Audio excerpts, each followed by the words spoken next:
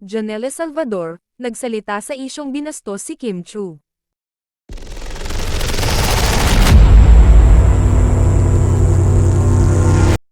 Nagsalita na ang aktres na si Janelle Salvador ukol sa umano'y pambabastos niya sa TV host actress na si Kim Chu.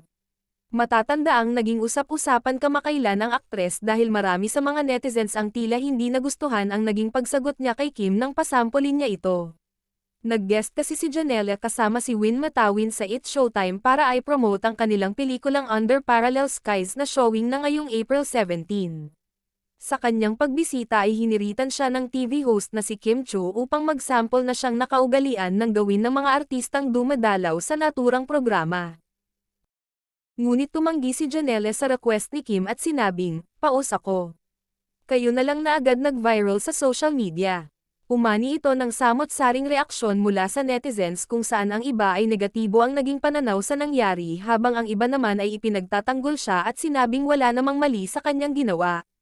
At ngayong araw ay binasag na ni Janelle ang katahimikan niya at dinipensahan ang sarili hinggil sa issue. Sa kanyang X account ay mababasa ang kanyang pahayag tungkol sa issue. "Oh wow. I've been meaning to explain myself because the last thing I would ever want is to appear rude or disrespectful," panimula ni Janelle. Labis nga raw ang kanyang saya dahil marami ang nagparamdam sa kanya ng pagmamahal sa kabila ng issue.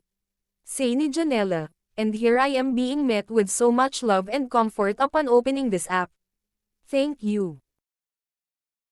It makes me happy to know that there are many people out there who know my heart and what I stand for. Hugs of gratitude, from behind."